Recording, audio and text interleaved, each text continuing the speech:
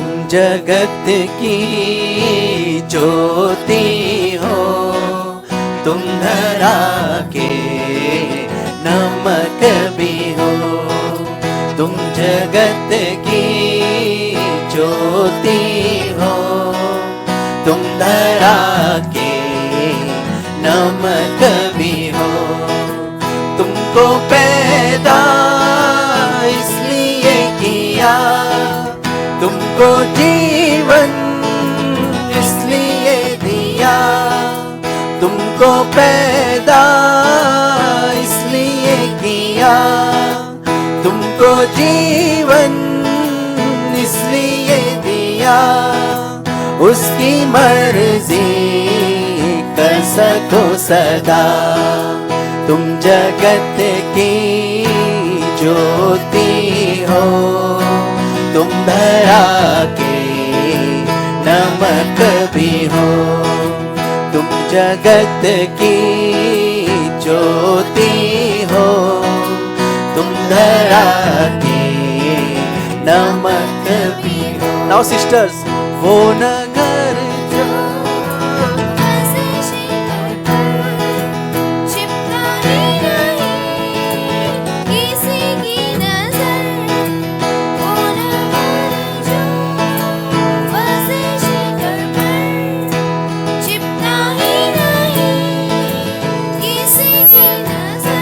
Brother, तुम्हारे भले का चमके इस तरह, तुम जगत की ज्योति हो, तुम धरा के नमक भी हो। तुम जगत की ज्योति हो, तुम धरा के नमक भी हो। ब्रदर्स, पड़ोसी से प्रेम तुमने सुना है, दुश्मनों से प्रेम मेरा कहना है। पड़ोसी से प्रेम तुमने सुना है, दुश्मनों से प्रेम मेरा कहना है। तभी तुम संतान परमेश्वर समा। सब मिलकर, तुम जगत की ज्योति हो, तुम धरा के नमक भी हो। तुम जगत की ज्योति हो, तुम धरा के नमक भी हो। आके बदले बुराई का सामना है, फेरो दूसरा गाल से लो सब बनियान। आके बदले बुराई का सामना है, फेरो दूसरा गाल से लो सब बनियान। ऐसा जीवन ही पिता को भाता है, ऐसा जीवन ही पिता को भाता है। तुम जगत की ज्योति हो, तुम धरा के नमक भी हो।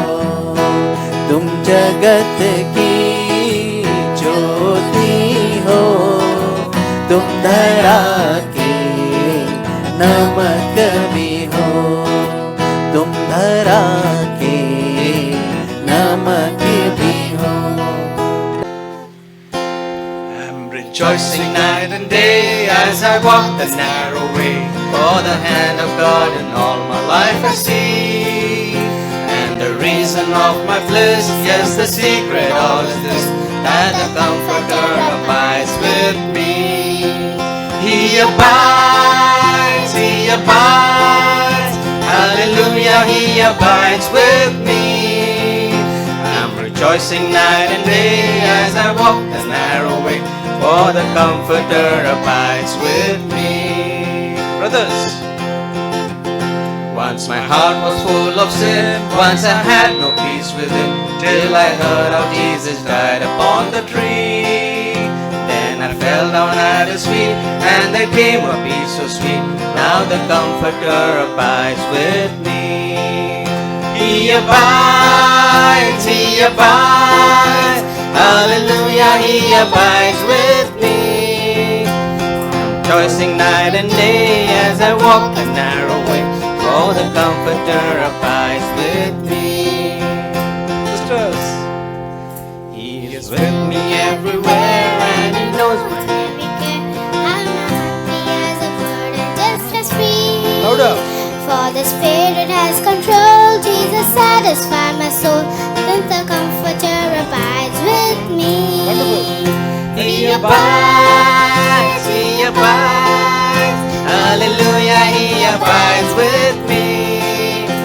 Rejoicing night and day as I walk the narrow way, for the Comforter abides with me.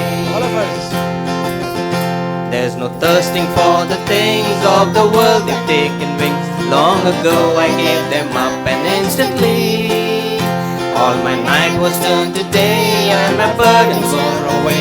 Now the Comforter abides with me.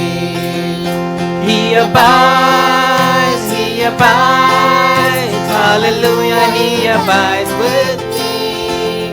I'm rejoicing night and day as I walk the narrow way, for the Comforter abides with me.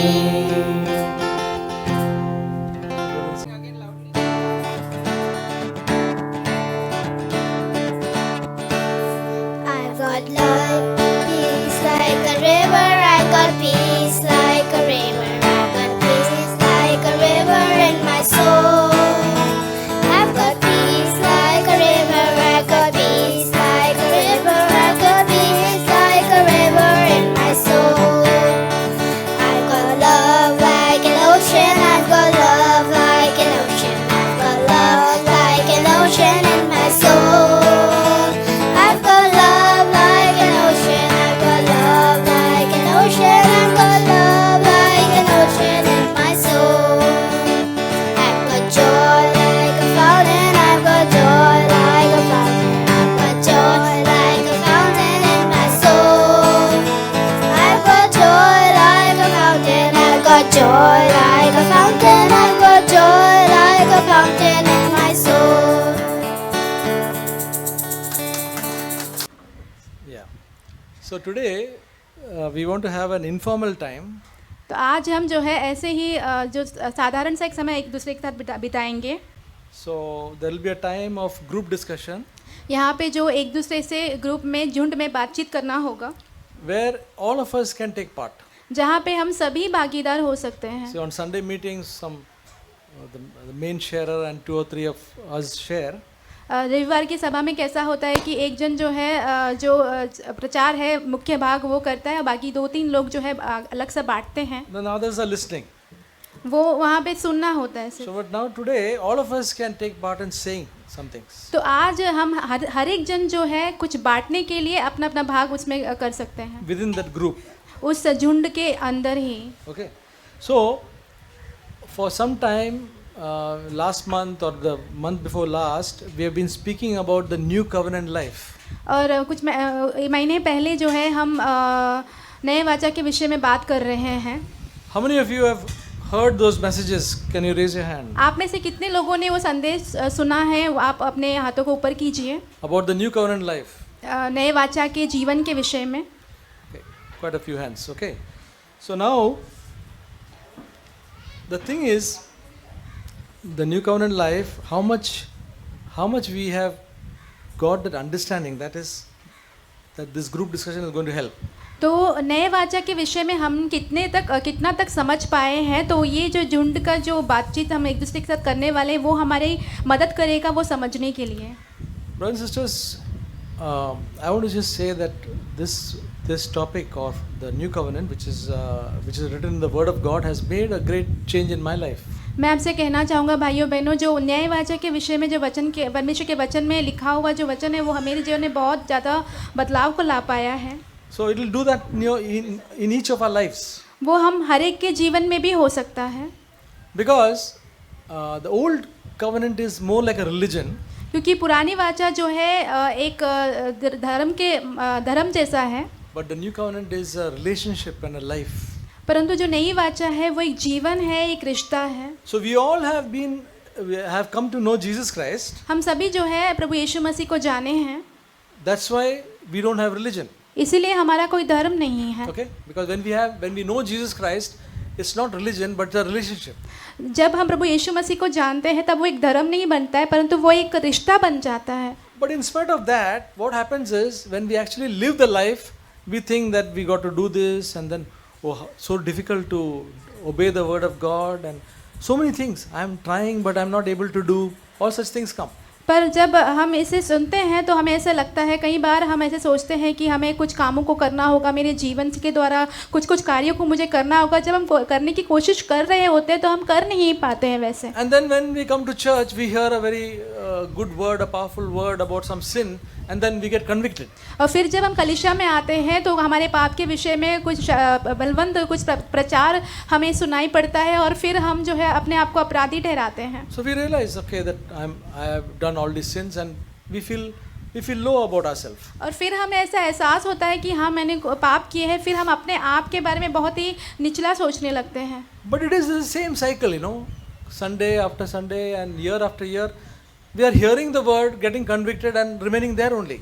पर ये जो बात है, हर एक रविवार साल ब साल जो है चलते रहता है. हम परमेश्वर के वचन को सुनते हैं, पाप में हम पड़े हैं, इसके बारे में हमें पता चलता है, फिर भी हम वहीं पे रह जाते हैं. So we basically go back to a religion. फिर हम क्या बुनियादी तौर पे हम क्या कर रहे हैं यहाँ पर, हम एक धर्म में ही वापस जा रहे हैं. So the new covenant is very different. पर जो नई वाचा जो है बहुत ही अलग है वो. So the Old Testament and the Old Covenant was about the physical life. और जो पुरानी वाचा और पुराना नियम जो है हमारे शारीरिक जीवन के बारे में था. So we find when you read the Old Testament and the New Testament, there's a lot of difference. और जब हम पुरानी वाचा और नए वाचा पढ़ते हैं तो हम देख पाते हैं कि बहुत ज़्यादा अंतर है दोनों के बीच में. There the men of God even married so many wives. वहाँ पे परमेश्वर के जो दास होते हैं उन्होंने बहुत सारी शादियाँ भी की होती हैं. Okay. Abraham had so many wives, and David had so many wives. Abraham की बहुत सी पत्नियाँ थी, और जो दाऊद था उनकी भी बहुत सारी पत्नियाँ थी. But they were godly men. पर फिर भी वो ईश्वरीय जन थे. But in the new covenant and the New Testament, God has brought the right order.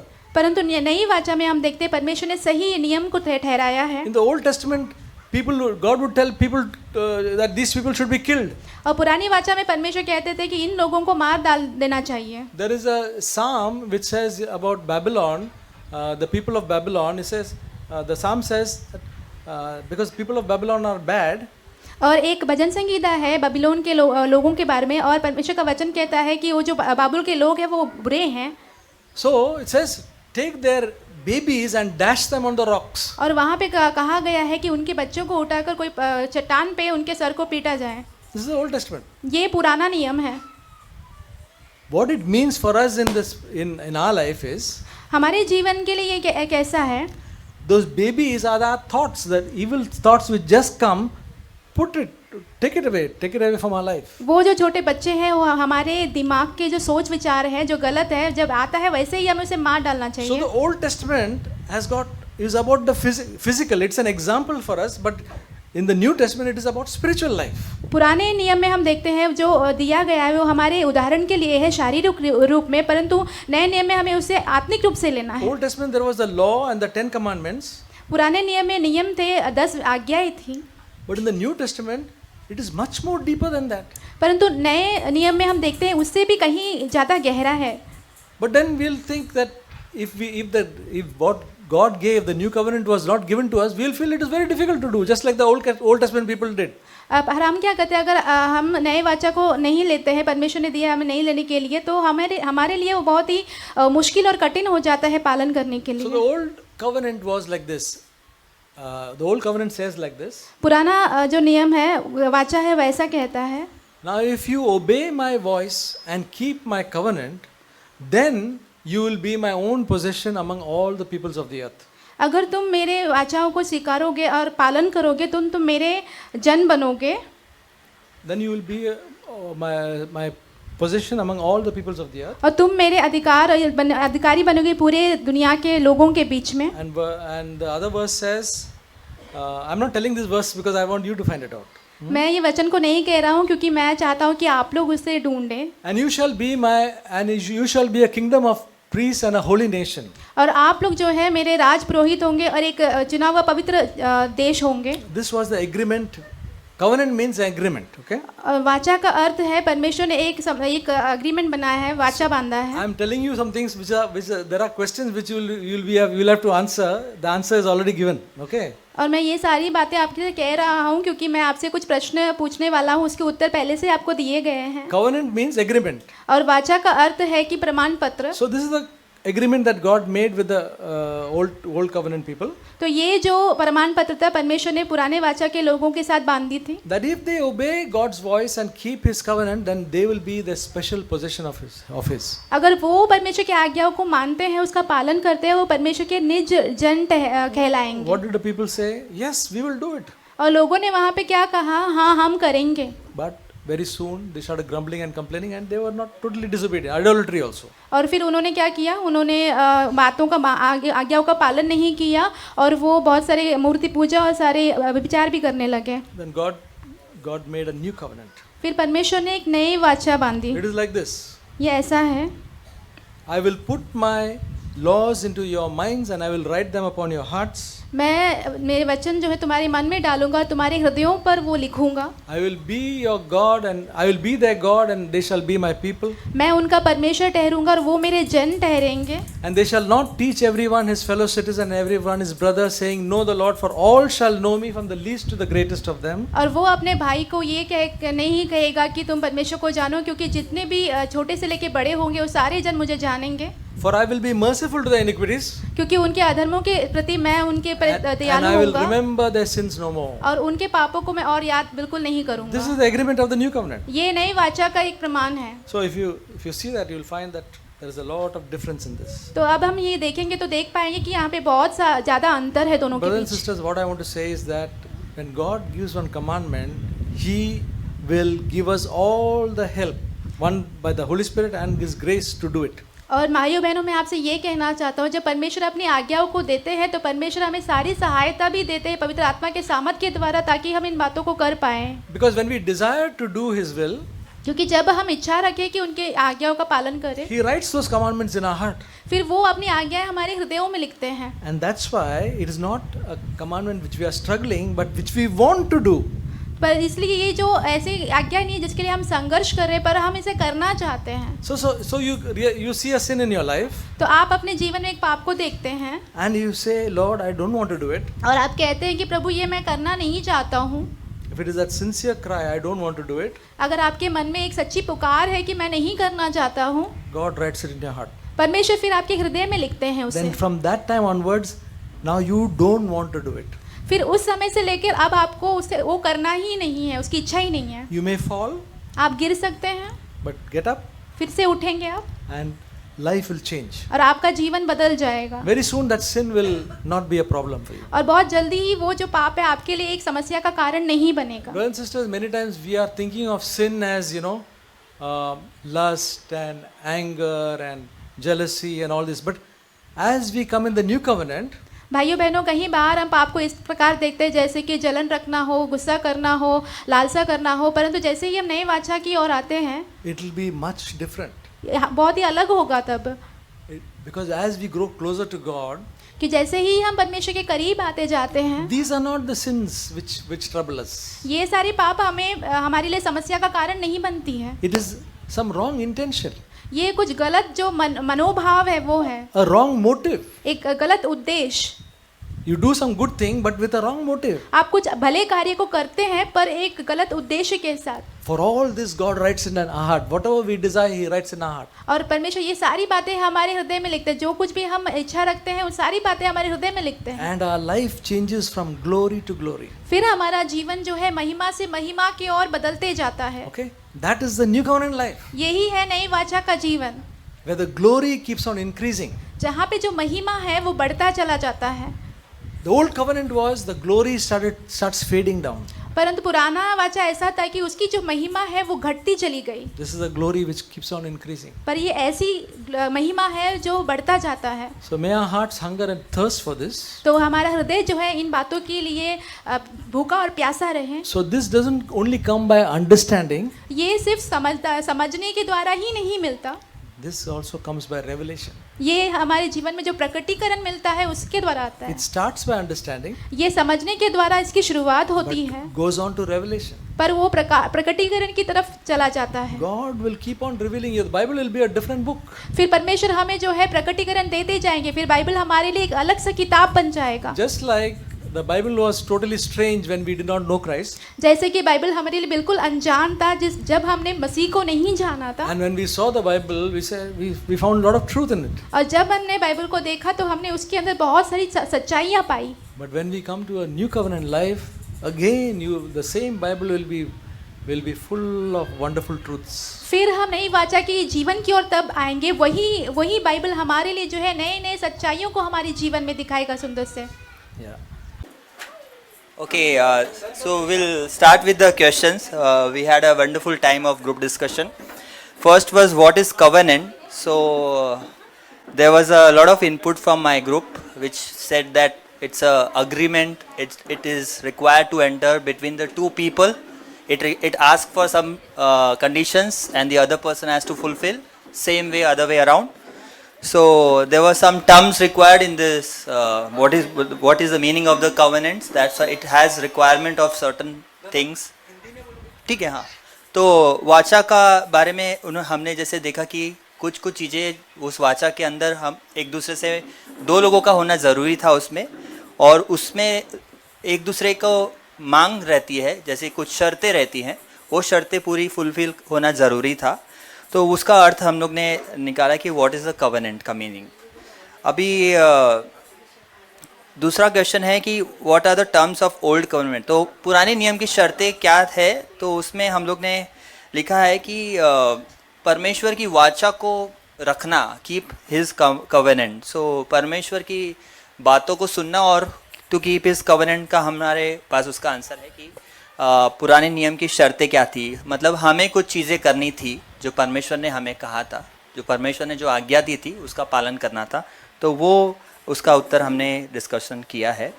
उसका reference, what is the reference in the Bible, it is in exodus 19:5-6। तो exodus निर्गमन में 19 का 5 और 6 में उसमें लिखा हुआ है, और to obey God's voice and keep his covenant. So वो रेफरेंस है। I have to read the reference. Yes. Shall I read it? Yeah. 19:5-6. Hello. Yes. इसीलिए अब यदि तुम निश्चय मेरी मानोगे और मेरी वाचा का पालन करोगे तो सब लोग में से तुम ही मेरी नीच प्रजा ठहरोगे। समस्त पृथ्वी तो मेरी है और तुम मेरी दृष्टि में याजकों का राज्य और पवित्र जाति ठहरोगे। जो बातें तुम्हें इसीलिए इजराइलियों से कहनी है ये यही है। सो जैसा कि हमने पढ़ा, तो ये जो पुरानी वाचा का रेफरेंस हमने अभी देखा। तीसरा क्वेश्चन है why did God give the new covenant. तो परमेश्वर ने नई वाचा को क्यों दिया। तो हम लोग ने डिस्कस किया कि मन फिराना बहुत ज़रूरी था। जो परमेश्वर ने पुरानी वाचा को दिया था उसमें हमारे सेल्फ से हमारी रेफरेंस हमारी खुद के सामर्थ्य से कुछ चीज़ें पूरी नहीं हो रही थी। तो हमारे अंदर की जो व्यक्ति है, जो मन हमारा फिराना नहीं हो रहा था, तो वो ज़रूरत था, क्योंकि renewal heart was Indeed required. तो मन फिराना की एक बहुत ज़रूरी रीज़न था कि ओल्ड कवेनेंट देना था।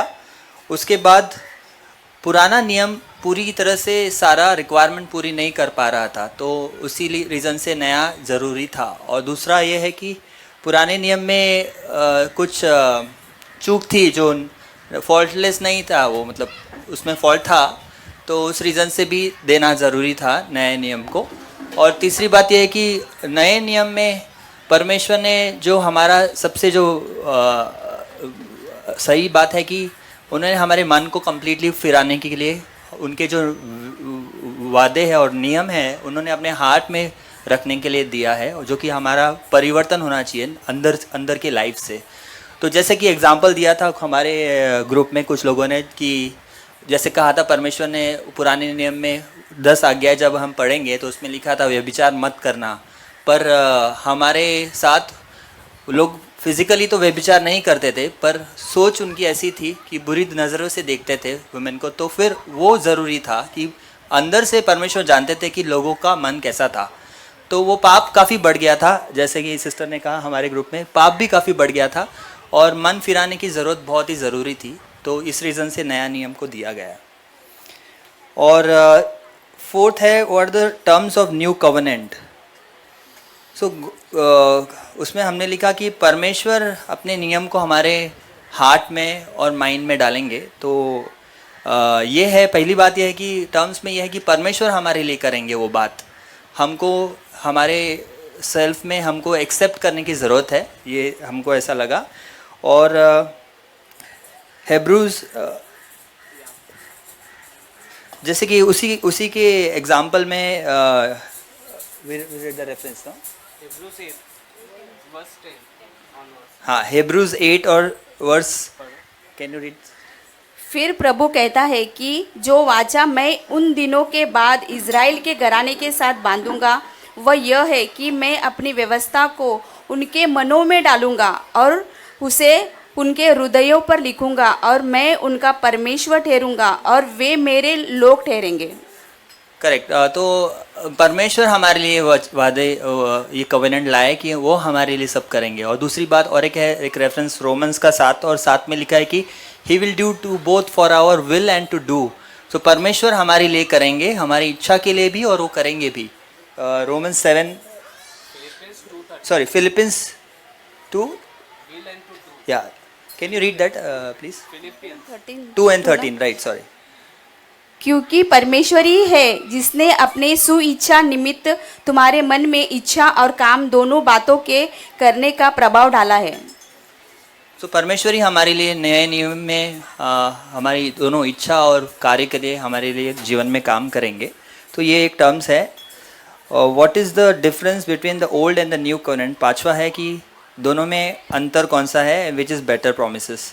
तो हमने लिखा है कुछ कि पुराना नियम आउटवर्ड भी था, फिजिकल रिक्वायरमेंट थे उसमें कुछ करने के लिए, और नए नियम है जो कि एक आत्मिक स्पिरिचुअल, हमें ऐसा लगता है स्पिरिचुअल नियम है, जो कि वाचा है। जो वो वाचा जब परमेश्वर हमारे जीवन में करते हैं तो हमारा न कि सिर्फ बाहरी जीवन बदलता है पर अंदर का जीवन भी बदलता है और हम परमेश्वर से और नज़दीक होते हैं।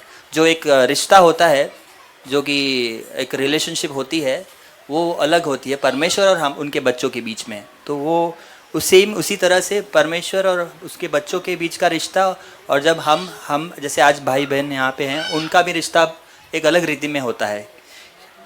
दूसरा ये है कि मन फिराना जो है वो नए नियम में होता है। पुराने नियम में बाहर की चीज़ों को शायद हम लोग पूरी कर पाते थे पर अंदर से फिराव नहीं होता, तो वो एक डिफरेंस है।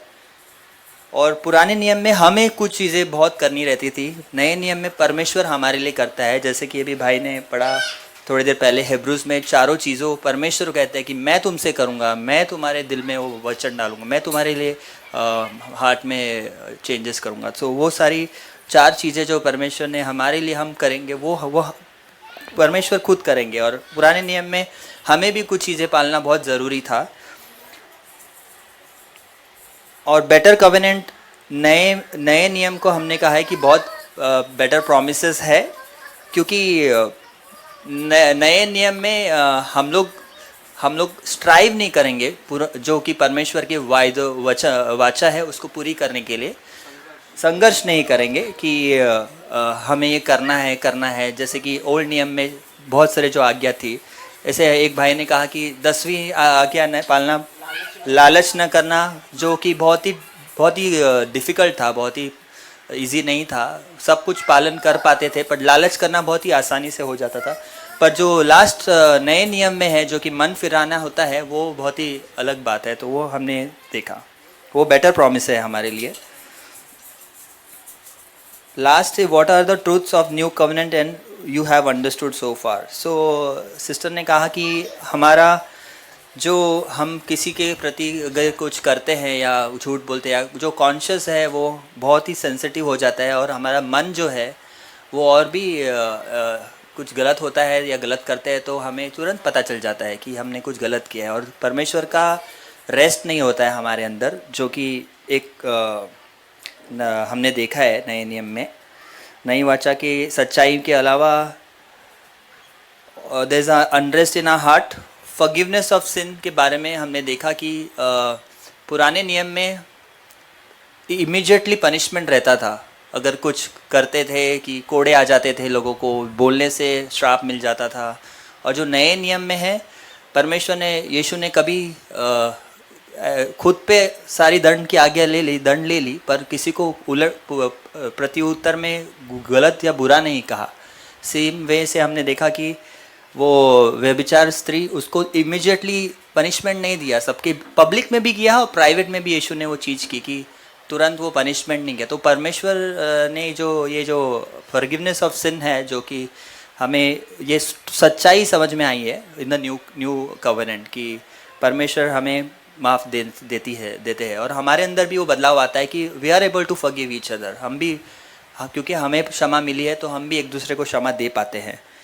नई वाचा के जीवन के बारे में क्या आप अनुभव कर रहे हैं?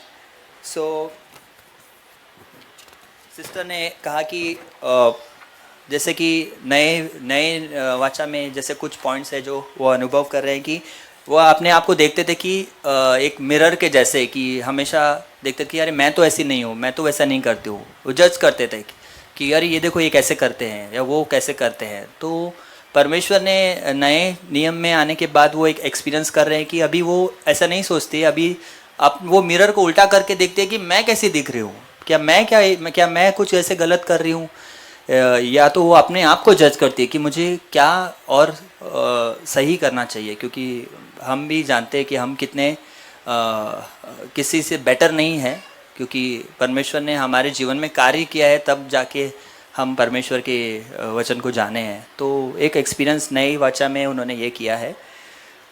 और नए वाचा में प्रतिदिन हमें माफ़ी मिलती है और हमें अपना क्रूस उठा के रोज़ दिन प्रतिदिन चलना है।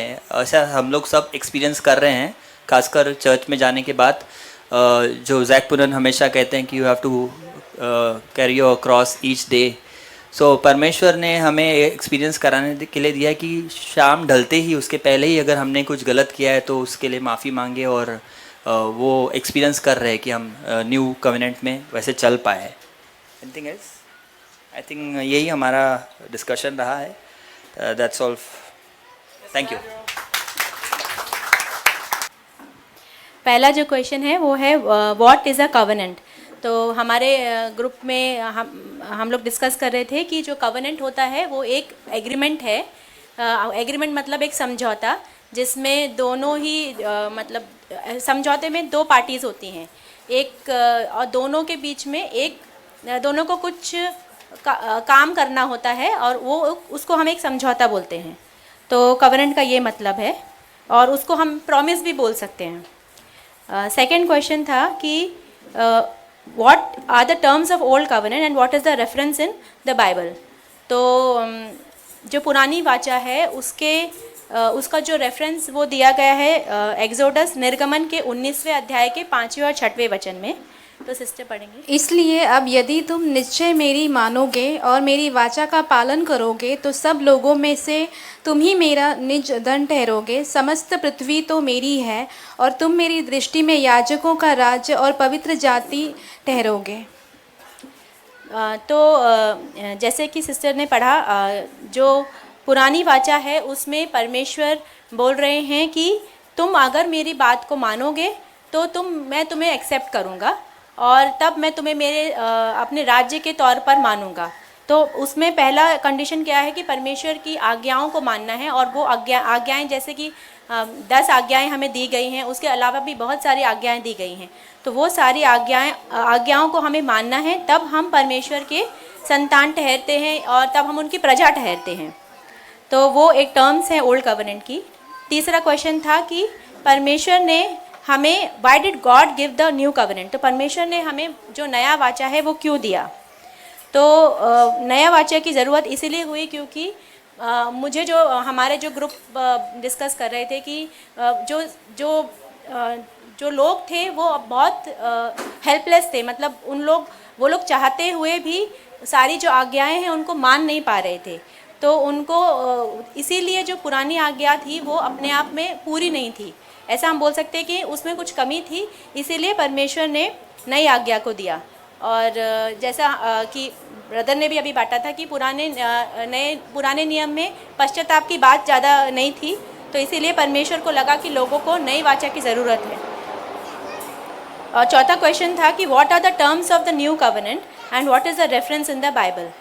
तो जो रेफरेंस है वो है इब्रानियों के 8वें अध्याय का 10वां से 12वां वचन। फिर प्रभु कहता है कि जो वाचा मैं उन दिनों के बाद इज़राइल के घराने के साथ बांधूंगा वह यह है कि मैं अपनी व्यवस्था को उनके मनों में डालूंगा और उसे उनके हृदय पर लिखूंगा, और मैं उनका परमेश्वर ठहरूंगा और वे मेरे लोग ठहरेंगे। और हर एक अपने देश वाले को और अपने भाई को यह शिक्षा ना देगा कि तू प्रभु को पहचान, क्योंकि छोटे से बड़े तक सब मुझे जान लेंगे, क्योंकि मैं उनके अधर्म के विषय में दयावंद होऊंगा और उनके पापों को फिर स्मरण ना करूँगा। तो जो इसमें जो टर्म्स है वो ये है कि परमेश्वर स्वयं हमारे हृदयों में अपनी वाचा को लिखेंगे, मतलब जो जन होंगे उनको उनके हृदय में ही वो वाचा लिखी होगी, तो उनको हर बार बाइबल पढ़ने की ज़रूरत नहीं है कि क्या लिखा है, क्या लॉ पढ़ने की ज़रूरत नहीं है। हमें पवित्र आत्मा स्वयं ये याद दिलाएगा, हमारे हृदय में ये लिखा हुआ है कि ये काम गलत है। तो जो हमारा अंदर पवित्र आत्मा कार्य करेगा और हमारे अंदर एक कॉन्शियस जो होगी, कॉन्शियस वो विवेक हमारा कार्य करेगा, हमारे अंदर एक विवेक कार्य करेगा, तो उसको मैं मानती हूँ एक नया नियम का वो टर्म्स हैं। और जैसे लिखा है कि हम हर किसी को बताने की ज़रूरत नहीं पड़ेगी, परमेश्वर ने स्वयं ही सारे पृथ्वी के लोगों के अंदर एक कॉन्शियस डाला है कि परमेश्वर का भय मानना है, तो सबको बताने की ज़रूरत नहीं पड़ेगी कि हाँ परमेश्वर है और परमेश्वर ऐसा है। और तीसरा जो बात है कि परमेश्वर दयावंत होंगे, तो जो नई वाचा का एक रेफरेंस ये भी है कि परमेश्वर हमारे लिए बहुत दया रखते हैं और बहुत एक कठोर परमेश्वर नहीं है वो। तो और जो 5वां क्वेश्चन था वो था what is the difference between the old and the new covenants which has better promises.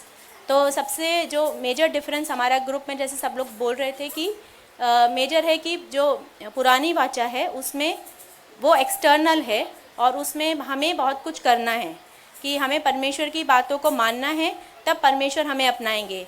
और अगर हमने ऐसा नहीं किया तो परमेश्वर हमें कुछ दंड देना पड़ेगा, हमें कुछ सैक्रिफाइस करना पड़ेगा, परमेश्वर के वेदी पर कुछ चढ़ाना पड़ेगा। लेकिन जो नई वाचा है उसमें जो मेन डिफरेंस है उसमें यह है कि परमेश्वर हमारे लिए बहुत कुछ कर रहे हैं और वो इंटरनल है, वो हमें अंदर से बदल देगी और हमें बहुत कुछ नहीं करना है, सिर्फ हमें विश्वास करना है और परमेश्वर ही सब कुछ करेंगे।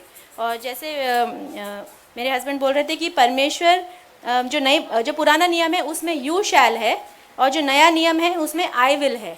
तो यू शैल मतलब हमेशा जो लोग हैं उनको बहुत कुछ करना है। परमेश्वर बोल रहे हैं कि अगर तुम्हें झूठ नहीं बोलना है, तुम्हें मूर्ति को नहीं मानना है, तुम्हें किसी की हत्या नहीं करनी है।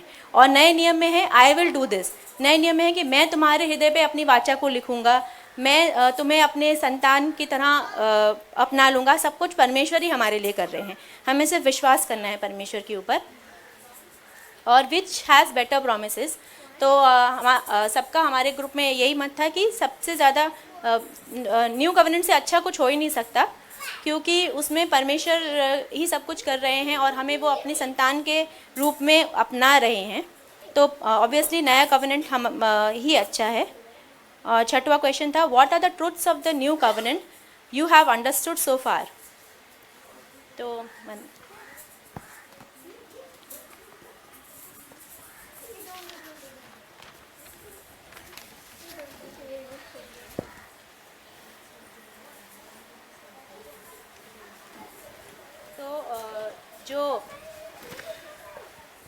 जो भी हमने सच नए कवेनेंट के बारे में सुने हैं, जो समझे हैं, उनमें से एक ये है कि हम लोग लॉ में नहीं हैं, हम अनुग्रह में हैं।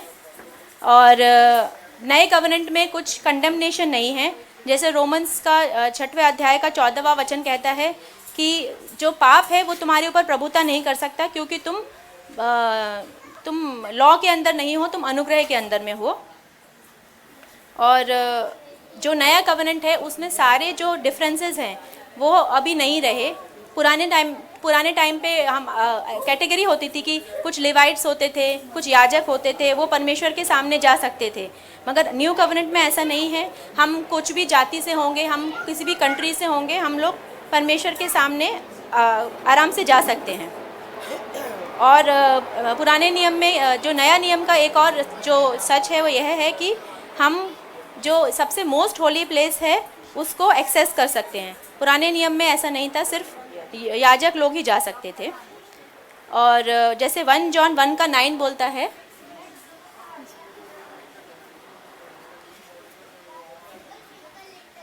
यदि हम अपने पापों को मान लें तो वह हमारे पापों को क्षमा करने और हमें सब अधर्म से शुद्ध करने में विश्वास से योग्य और धर्मी है। तो हमें सिर्फ अपने पापों को मानना है। ये हम जो नया नियम का एक बहुत बड़ा सच है कि हमें अपने पापों को मानना है और परमेश्वर के सामने बस अपने पाप को कबूल करना है और वह हमारे पाप को माफ़ करने में एकदम सक्षम है।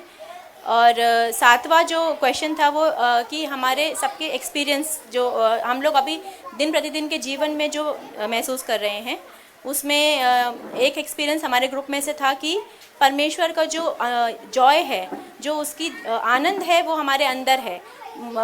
ये हम जॉय को दिन प्रतिदिन अपने जीवन में देख सकते हैं। जैसे जैसे हम परमेश्वर के साथ चलते हैं वो आनंद वो और बढ़ता जाता है। वो जो परमेश्वर की शांति है, जो उसके प्रति हमारा प्रेम है, उसके जो लोगों के प्रति प्रेम है, वो हमारे अंदर दिन प्रतिदिन बढ़ेगा। ये एक्सपीरियंस हमारे ग्रुप में से एक था कि जैसे सिस्टर का एक एक्सपीरियंस था कि हम लोग कंडेमनेशन में नहीं जिएंगे, परमेश्वर हमें अपना लेंगे और हम जब भी कुछ गलत करने जाएंगे परमेश्वर हमें उनका विवेक से शुद्ध मतलब हमें शुद्ध विवेक देंगे और हमें वो रोकेंगे वो काम करने के लिए।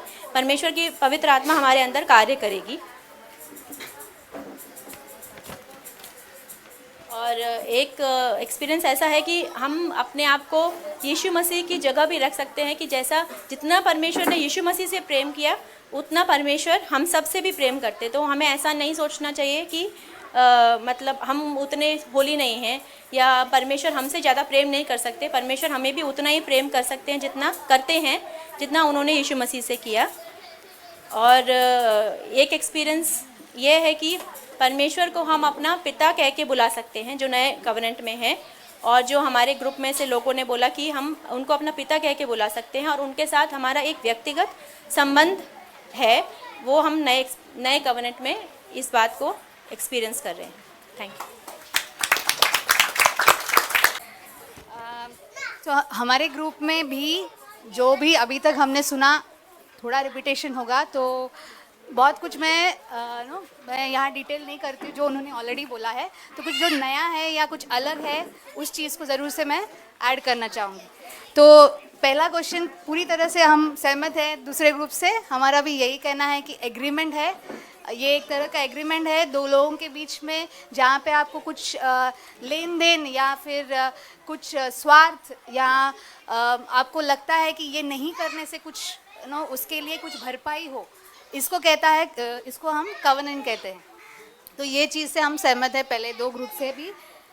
दूसरे प्रश्न का उत्तर यानी कि टर्म्स ऑफ ओल्ड कवेनेंट, तो पूरी तरह से वहाँ पे भी हमारा वही जवाब रहेगा कि हम ओल्ड कवेनेंट का टर्म्स यही रहा है कि 10 कमांडमेंट्स को फॉलो करो। यानी कि कुछ ऐसा जो बाहरी रूप से हमको दिया गया है, जो हमको उस डर से उसको फॉलो कर रहे हैं, भले ही उसमें हमको विश्वास हो या ना हो।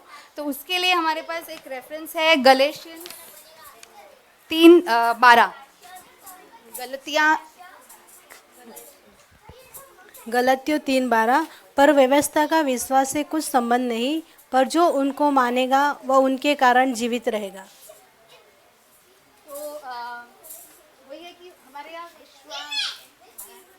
विश्वास हो या ना हो,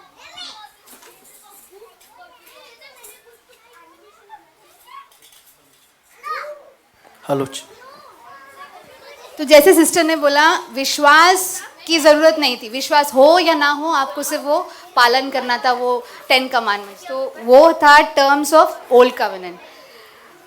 तो तीसरा प्रश्न ये है कि क्यों परमेश्वर न्यू कवेनेंट लेके आए हमारे लाइफ में, ज़रूरत क्या थी इसकी? तो इसकी ज़रूरत इसीलिए थी क्योंकि हम लोग उसको पूरी तरह फॉलो नहीं कर पा रहे, या हम पूरी तरह अपने लाइफ में उसको जी नहीं पा रहे थे। वो जो 10 कमांडमेंट थे, हम कुड़कुड़ा रहे थे, हम खुश नहीं थे, हम चीयरफुली नहीं फॉलो कर रहे थे, वो एक रीज़न। दूसरा ये कि हम वो बाहरी रूप से भी कर रहे थे, एकदम रोज़मर्रा के लाइफ में अगर वो अंदरूनी तरह से था तो अलग बात था, पर उस टाइम पे वो जो 10 कमांडमेंट था वो बहुत ही बाहरी रूप से हो रहा था, वो एकदम बिना विश्वास के और खुद के लिए, यानी मुझे इससे कुछ मिलेगा तो मैं ये कर रहा हूँ, मुझे कोई देखे नहीं देखे मुझे फ़र्क नहीं पड़ता, मैं कर रहा हूँ। तो ये जो मैं वाली बात थी वो ज़्यादा थी पुराने वाले कवनन में, ओल्ड कवनन में। तो इस वजह से परमेश्वर को नया कवनन लेके आना पड़ा। और वो जो फियर था और फेलोशिप, ये 2 चीज़ें थी हमारे डिस्कशन में आई कि पहली बात तो फेलोशिप ही नहीं हो पा रहा था, परमेश्वर से हम फेलोशिप नहीं कर रहे थे, हम एक फॉलोइंग नेचर रख रहे थे, हम सिर्फ पालन करने के पीछे थे, हम उनके साथ एक संगति में नहीं थे। और डर ज़रूर से था हमारे मन में कि उसके लिए हमको दंड मिलेगा, ये डर से हम कर रहे थे। तो ये परमेश्वर के मन में हमारे लिए बिल्कुल नहीं था। जब हमको बनाया गया तो हमको संगति के लिए बनाया था, उनकी संगति के लिए, जो हम नहीं कर पा रहे थे। तो 4th क्वेश्चन था टर्म्स ऑफ न्यू कवेनेंट, यानी कि न्यू कवेनेंट में ये लिखा था हिब्रूज 8:10-12 जो ऑलरेडी पढ़ा हुआ है। तो जैसे हमने सुना दूसरे 2 ग्रुप से कि जो भी ये लॉ था जो पहले ओल्ड कवेनेंट में था, बाहरी रूप से था, अब वो अंदरूनी रूप से आ गया है, हमारे मनों में, हमारे हृदय में है वो लॉज। अब हमको वो कोई कवर अप या बोलते हैं ना कि छुपाना और दिखावा, ये 2 चीज़ों की ज़रूरत बाहरी रूप से ज़रूरत नहीं पड़ी, कोई सैक्रिफाइस की ज़रूरत नहीं पड़ती है।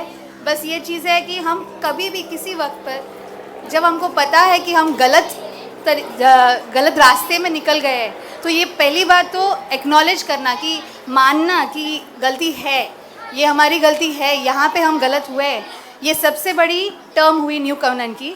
दूसरी की मानकर उस पर रिपेंटेंस करना, यानी कि मन फेरना, ये दूसरा टर्म रहा न्यू कवेनेंट के लिए। और मन फेरने के बाद जो ये खुले दिल से हम जो माफ़ी मांगते हैं, जो माफ़ किया गया है हमको, पर हमारे मन से वो चीज़, हमारे हृदय से वो बात निकलती है, ये नहीं कि कोई और बाहर से आकर या कोई सैक्रिफाइस के रूप में हम वो करना पड़े। तो ये रहा terms of new covenant. Next question है कि ट्रुथ ऑफ न्यू कवेनेंट, यानी कि क्या नए वाचा के क्या सच्चाई हमारे जीवन में हमको समझ में आई है हमारे लाइफ में। तो पहली चीज़, हम सभी लोगों में ये सहमत थे कि भगवान यानी गॉड, हमारे परमेश्वर हमारे पिता है। ये सबसे बड़ी बात हमारे लाइफ में हमको जानने को मिला नए वाचा की वजह से, क्योंकि ये जो सोच थी कि हम डर डर के जी रहे थे, वो डर एक अलग तरीके का डर हो गया। ये डर कि हम अपने पिताजी को हर्ट ना करें, हम उनको दुख ना पहुंचाए, ये सबसे बड़ी ट्रुथ रहेगी। क्योंकि इससे हम किसी भी समय कहीं पे भी हो, हमको ज़रूरत नहीं है कि हम कोई बिलीवर्स के संगति में हो, हम बाहर भी अपने ऑफिस में, अपने स्कूलों में, अपने घरों में, नेबर्स के साथ, ये डर अब हमारे मन में नहीं है कि हमें कोई हमें कोई देख रहा है कि नहीं। हमको पता है हमारे साथ हमेशा ही हमारे पिताजी हैं, हमको वो देख रहे, सुन रहे। तो इस तरह से हम उनको हर्ट ना करें, उनको दुख ना पहुँचे, ये सोच के हम जिए, ये हमारा सबसे बड़ा ट्रुथ रहा है। और दूसरी बात कि ये सब कुछ रोज़मर्रा की लाइफ में हो रहा है, ये ऐसे नहीं कि एक दिन के लिए हुआ, या हो सकता है कि रोज़मर्रा हम कोशिश करते करते हमसे कई बार हम फिसल जाते हैं। तो भले ही हम फिसल रहे हैं, हमको पता है हम इस एरिया में हम थोड़ा सा वीक है, हम थोड़ा कमज़ोर है, हमारे पास वो अब फ्रीडम है कि हम खुल के हमारे पिताजी से वो मांगे, हम वो पूछे और वो देंगे। ये हमको वो जो विश्वास है वो नए वाचा से हमको मिली है। और दूसरी चीज़ और ये सब क्यों? क्योंकि हमारे पास क्राइस्ट आए थे, हमारे लिए बीच में है, आज के दिन हमारे साथ है, और वो हमारे लिए हमारे तरफ से, हमारे लिए पिताजी के थ्रू हम रिश्ता जो बन गया है, हमारा पिता का रिश्ता जो बना है, वो सब सिर्फ हमारे लिए जीसस क्राइस्ट की वजह से हुआ है। और उन्हीं के लाइफ को देखकर जीने का जो हमको सीख मिला है, ये नए वाचे से हमको पूरी तरह दिख के आता है। तो पूरी तरह अगर देखोगे तो बाहरी जीवन जीना से ज़्यादा अंदरूनी जीवन को साफ रखना, ये बहुत बड़ा ट्रुथ भी रहा है नई वाचा के लिए। यहाँ पे फिलिपींस 2:13, तो ये एक वचन है, क्योंकि परमेश्वर ही है जिसने अपनी सुइच्छा निमित्त तुम्हारे मन में इच्छा और काम दोनों बातों के करने का प्रभाव डाला है।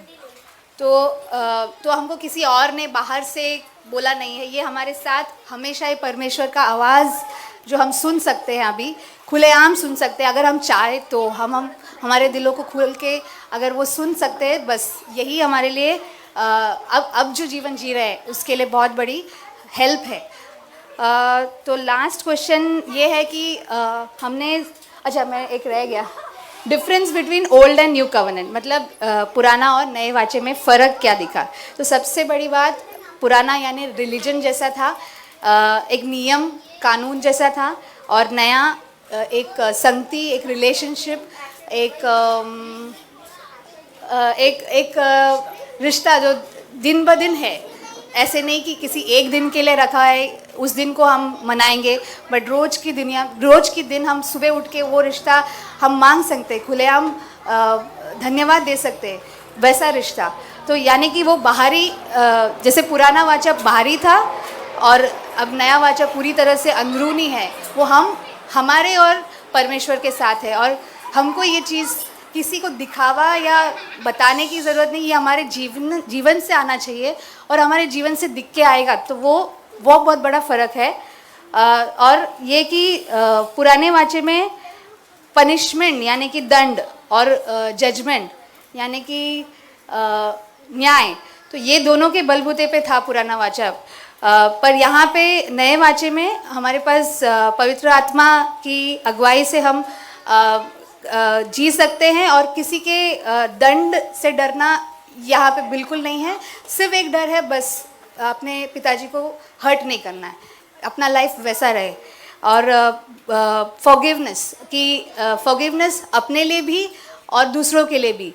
तो इससे हम बाहरी रूप से रिपेंट करने की ज़रूरत नहीं है। जैसे ओल्ड वाचा में सैक्रिफाइस था, या किसी प्रीस्ट या प्रॉफिट के लिए वेट करते थे लोग, तो ये सब चीज़ें अब नई वाचा में नहीं है। सब कुछ आपके पास है, आप किसी भी वक्त बैठे हो, कहीं पे भी हो, आपके पास वो दिया हुआ है, सामर्थ्य दिया हुआ है।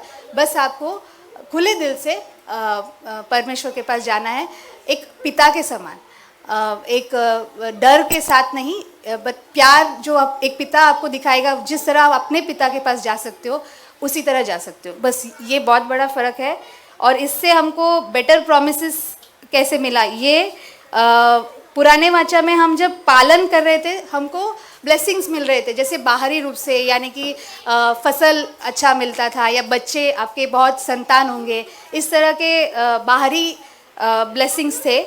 और यहाँ पे नए वाचा में अंदरूनी एक नया जीवन, एक जीवन जो पवित्र आत्मा की अगुवाई से है, और उससे जो हमारे जीवन में जो फ्रूट्स आए हैं, जो गुण हमारे में आए हुए हैं, वो पवित्र आत्मा के वजह से जो आए हैं, वही हमारे नए वाचा के जीवन के लिए सबसे बड़ा आधार रहा है। तो इस वजह से हमको, अगर आप देखोगे तो पूरी तरह से लास्ट क्वेश्चन का आंसर एक बड़ा टेस्टिमनी है हमारे ग्रुप में, तो ब्रदर बांटेंगे। तो वो 7th क्वेश्चन यही था कि हमने क्या सीखा एक्सपीरियंस अपने लाइफ में। तो ब्रदर बांटने से पहले मैं ये बोलूँगी कि हम सभी ने देखा है कि हम लोग ने ये एग्री भी किया कि बड़ी चीज़ों के लिए तो छोड़ो, बड़ी चीज़ों के लिए तो बहुत सारे दंड वैसे भी लॉ में लिखे हुए। ये छोटी छोटी जो अपने और अपने पिताजी के साथ जो छोटी छोटी गलतियाँ हम करते हैं, वो चीज़ों के लिए भी हमको अभी पता है कि हम अपने आप में ही माफ़ करके अपने आप को माफ़ करना, ये बहुत बड़ी बात थी। पहले अपने आप को कंडेम करते थे कि भाई मैं ऐसी हूँ या वैसा हूँ, तो ये कंडेमनेशन ना करके सीधे वो खुल के पिताजी को बोल देना कि ये मुझसे नहीं हो रहा है, मुझे ये चीज़ नहीं चाहिए, या किसी के लिए मुझे गलत फील हो रहा है, या किसी के लिए कुछ भी घृण क्या बोलते हैं कड़वाहट किसी के लिए भी हुआ, तो तुरंत वो बोल देना कि पिताजी मुझे ये नहीं चाहिए, ये मुझे बिल्कुल नहीं चाहिए, मुझे हेल्प कीजिए। ये चीज़ मेरे लिए बहुत बड़ा सहायता रही है, क्योंकि खुल के बोलना मेरे लिए बहुत मुश्किल था, और ये चीज़ मैं अब ऐसे किसी के साथ कर सकती जो हमेशा मेरे साथ रहेंगे। तो मुझे अभी किसी और की रुकने की और किसी और के फ़ोन आने की या किसी से बांटने की ज़रूरत नहीं है। मेरे पास हमेशा मेरे पिताजी है बांटने के लिए, तो ये मेरे लिए बहुत बड़ी सीख रही है। तो मैं अभी ब्रदर को बोलूँगी कि वो टेस्टिमनी बांटे।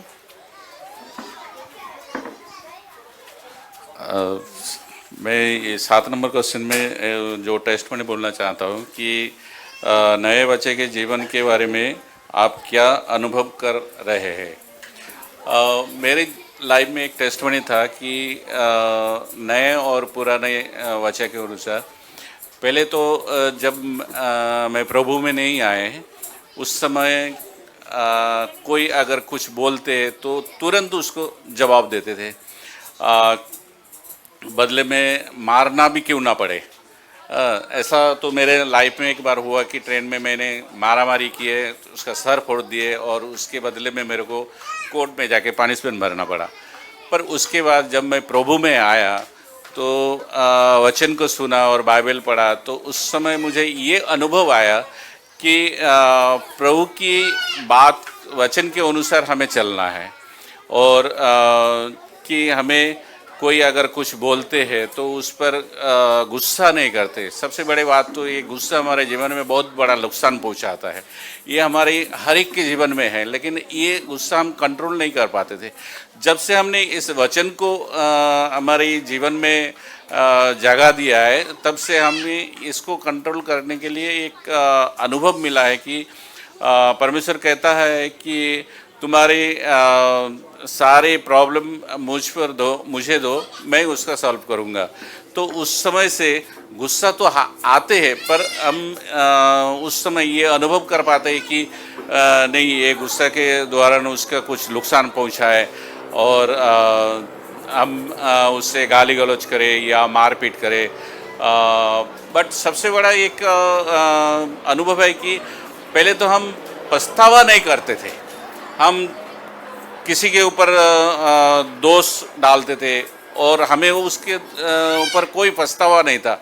सबसे बड़ी बात है, अभी हमें कुछ गलत भी कर लिया तो उसके ऊपर पछतावा आते है कि नहीं, परमेश्वर ने कहा है कि तुम्हारी गुनाहों को तुम कबूल करो तो तुम्हें माफ़ किया जाएगा। तो वो हमारे दिल में आता है कि हम इंसान हैं, हम हमारे द्वारा गलती तो हो जाता है, पर हमें वो खुद को फील होता है कि नहीं, हमें ये गलती का हो गया, हमें इसके लिए उनसे माफ़ी मांगना चाहिए। हम और माफ़ी भी मांगते हैं, और प्रभु ने इतना बड़ा हमें अनुभव दिया है। धन्यवाद। Thank you brother. So, first question, what is covenant? Covenant is an agreement between God and us.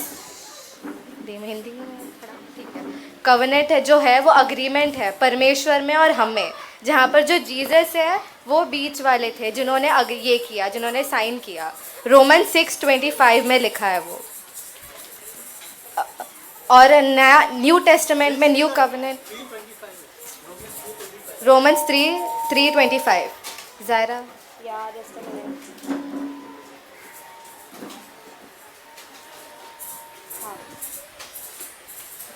Romans 3:25, whom God displayed publicly as a propitiation in his blood through faith. This was to demonstrate his righteousness, because in the forbearance of God he passed over the sins previously committed. Okay, so this is the agreement between God and us. The second question. So the second question is, what are the terms of Old Covenant? What is the reference? So the terms of the Old Covenant are the 10 Commandments that God gave us, that God gave to the Old Testament people, which is in Exodus 20. And the references are from Exodus 19, 5, 6, and Deuteronomy 28 and 29, 5 to 23, 5 to 33. Third question. The third question is, why did God give the new covenant? Because we couldn't keep it. It couldn't be kept by us. And because God was not happy, which is written in Genesis 6, 5 to 6. Yeah. Genesis 6 verse 5. Then the Lord saw that the wickedness of the man was great on the earth, and that every intent of the thoughts of his heart was only evil continually. 6. The Lord was sorry that he had made man on the earth, and he was grieved in his heart. And because we didn't have fellowship with God in the Old Testament, but we do have it in New Testament. Another, and Old Covenant was faulty, which is written in Hebrews chapter 8 verse 7.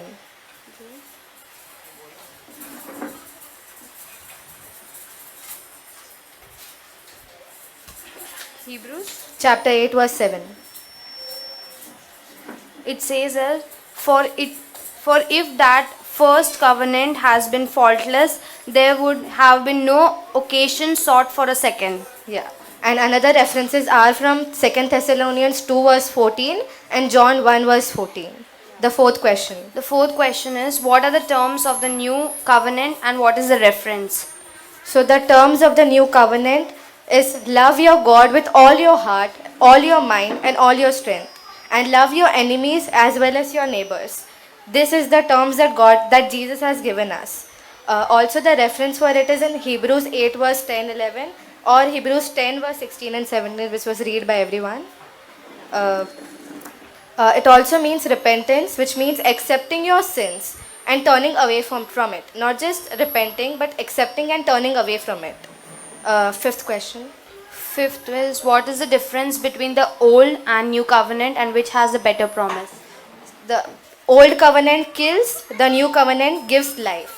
जो पुराना नियम है वो मारता है और जो नया नियम है वो जीवन देता है. ओल्ड कवेनेंट एक रिलीजन है और नया कवेनेंट एक रिलेशन है हमारा और गॉड के बीच में. रोमन्स 8 वर्स 2 में लिखा है.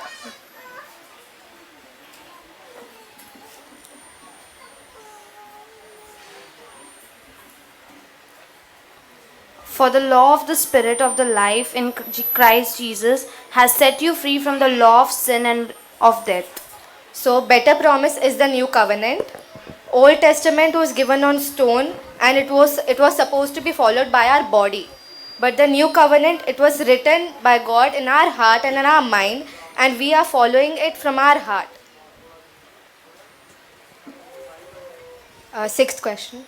What are the truths of the new covenant and what far have you understood? So in new covenant, we display Jesus' life in us, which happens when we abide in him and when we obey his word, which is written in John 15, 5, 6 and 7. John 15, 5, 6 and 7. I am the vine, you are the branches. He who abides in me and I in him, he bears much fruit, for apart from me you can do nothing.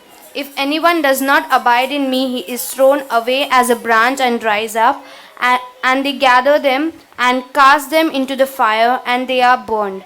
If you abide in me and my words abide in you, ask whatever you wish and it will be done for you. An ordinary life is changed into an extraordinary one. Like Jesus turned water into wine, which was his first miracle. जो एक ordinary life है हमारा, वह एक extra ordinary बन जाता है, जिसे यीशु मसीह ने उनका पहला मिरेकल किया जब उन्होंने पानी को दाखरस में बदला. और वैसे ही हमारे साथ भी होता है.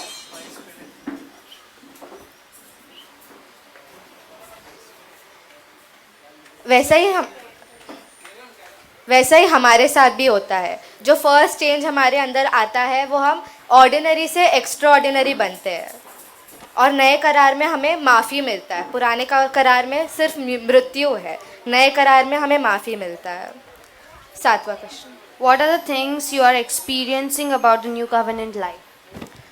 न्यू टेस्टमेंट न्यू कवेनेंट में हम हमारे फॉल्ट्स को देख सकते हैं, हमारी गलतियां को देख सकते हैं और हम उसे सुधार सकते हैं परमेश्वर के मदद से। लेकिन पुराने नियम में हम हमारी गलतियों को छुपाने के लिए हमें सैक्रिफाइस करना पड़ता था, जबकि नए करार में यीशु मसीह ने हमारे पापों के लिए पहले ही सैक्रिफाइस कर दिया है और उसे धो दिया है, ढका नहीं है, धो दिया है। और इसका एक और है, everyone has their own experiences with the new testament. मेरा अलग है, आपका अलग है, सबका अलग अलग है। तो that is the experience we all have. आमीन।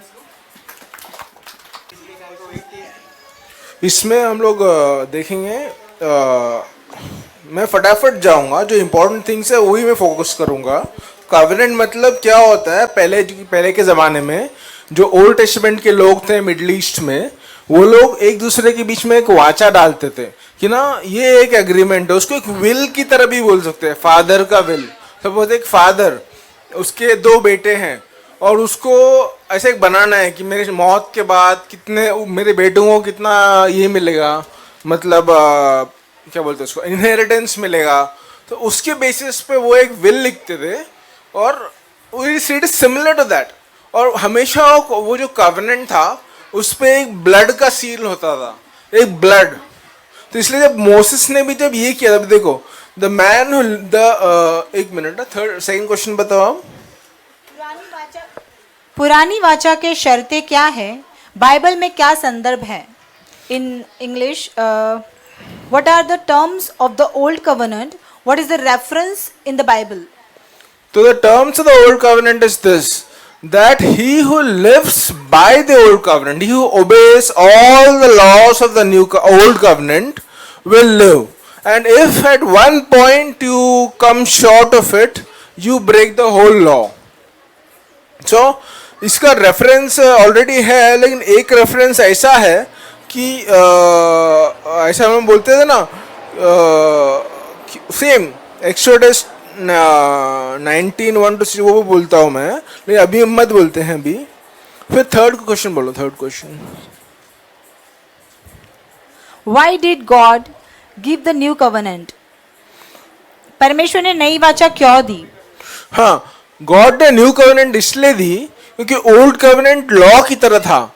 जैसे कि देखो, अभी हम मसीह है, हम जब हमारे ओल्ड मैन जो पहले हम लोग मसीह में आने से पहले हमारा ओल्ड मैन हमें कंट्रोल करता था, वो हमें बोलता था कि तुम कैसे जियोगे, हमें उनको ही प्लीज करना था। लेकिन प्रभु में जब हम आए, प्रभु ने ओल्ड मैन को मार डाला और फिर हम क्या करते हैं, हमको लगता है कि अभी हम नए करार में जाएंगे, हम जाके नियम से शादी कर लेते हैं, नियम, द लॉ। अभी लॉ जो है बाहर से जीसस की तरह दिखता है, लेकिन लॉ के इतने डिमांड्स रहते हैं कि हम उसको ओबे नहीं कर पाते। लॉ बोलता है, सपोज अभी अगर हमारे पास एक अच्छा हस्बैंड हो या वाइफ हो जो परफेक्ट हो, जो हमें बोलती है अच्छा ठीक है तुम खाना पकाने के लिए लाके लेके आओ, ये सब तुम इतना पैसा लेके आओ, ये सब करो, लेकिन वो हमें हेल्प नहीं करती है, फिर हेल्प नहीं करता है, ऐसे बोलता है कि ठीक है तुम ही कर ले, तुम्हें करना ही है 10 बजे, मतलब 10 बजे के एक मिनट भी पीछे नहीं आना है। तो हम लोग में से कितने जन को ऐसे लाइफ पार्टनर चाहिए? लेकिन वो जो लॉ है वो 1000 ईयर्स तक भी जिएगा, उसको कोई फर्क नहीं पड़ेगा, क्योंकि परफेक्ट है। तभी हमें क्या करते हैं, हम बोलते हैं हम कैसे इसको ओबे करें। तो प्रभु क्या बोलते हैं, ठीक है लॉ नहीं मरेगा, मैं तुम लोग को ही मार डालता हूँ। जब हम हमको ही खुद मर जाते हैं, तभी हम जो जीसस भी मरे हुए हैं उनके साथ हम जीसस के साथ आ जाते हैं। और जीसस क्या बोलते हैं कि ऐसा नहीं कि तुम 1 मिनट भी लेट ना हो, तुम 1 सेकेंड भी लेट ना हो, ऐसे जीसस बोलते हैं। लेकिन जीसस क्या बोलते हैं, हम तुम्हारे साथ एक एग्रीमेंट करते हैं, एक नया वाचा करते हैं। अगर तुम सुबह उठ जाते हो, सपोज तुम्हें 5 बजे उठना है, तुम 7 बजे उठ जाते हो, जिस मतलब ठीक है कोई बात नहीं 7 बजे मेरे साथ आ जाओ। और अगर हमें ब्रेकफास्ट प्रिपेयर करना है 9 बजे तक, तो हम स्ट्रगल करके नहीं कर रहे, जी सोच रहे हम लोग पार्टनरशिप करते हैं और हम दोनों साथ में ब्रेकफास्ट बनाते हैं, और बनते 3 बज जाता है दोपहर के ब्रेकफास्ट। हम बोलते हैं अरे हम लोगों ने 3 बजे तक ब्रेकफास्ट प्रिपेयर किया, क्या सोचेंगे प्रभु हमारे बारे में। प्रभु बोलते हैं कोई बात नहीं, तुम 3 बजे तक बनाए, अच्छा है, बहुत अच्छा है, हम कल और कोशिश करेंगे और पास आएंगे।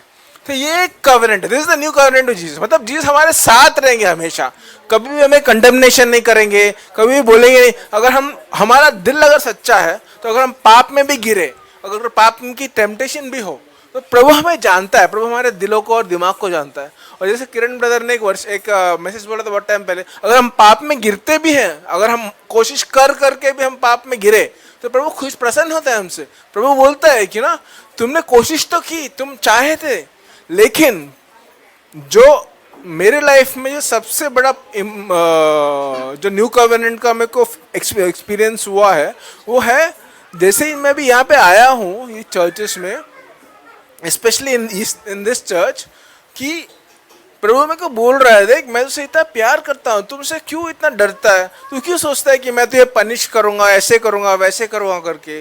अभी तेरा बेटा है, इतना बच्चा है, वो भले कितने भी सोफा टेबल वेबल से कूदता है, इधर उधर भागता है, वो 10 बार दिन में गिरता है, 10 बार रोता है, 10 बार मेरे को बुलाता है, मैं उसको डांटता भी हूँ, लेकिन फिर भी मेरे को एक प्यार आता है उससे। मैं उसको उठाता हूँ अपने हाथ से, उसे मैं उसे जहाँ पे उसको लगा उसको रब करता हूँ, प्रे करता हूँ। तो वैसे प्रभु हमारे पिता है, that is the new covenant. हम फैमिली में आ गए हैं, प्रभु के फैमिली में उनके बेटे बेटियां हैं, not just a servants like this in the other faiths, you know many faiths में हम उनके सर्वेंट हैं, हमें उनको ही ओबे करना है, हम अगर उनको ओबे नहीं करें तो हमें ऐसा होगा वैसा होगा। ओल्ड टेस्टमेंट में भी ऐसे ही था, लेकिन न्यू टेस्टमेंट प्रभु बोलते हैं मैं तुम्हें नहीं त्यागूंगा, कभी नहीं त्यागूंगा, कभी नहीं छोड़ूंगा। एक बार तुम प्रभु को चखे, तुम प्रभु के साथ आओगे, because everyone born of the world, everyone born of God overcomes the world. Praise the Lord. Let's clap for each one of us.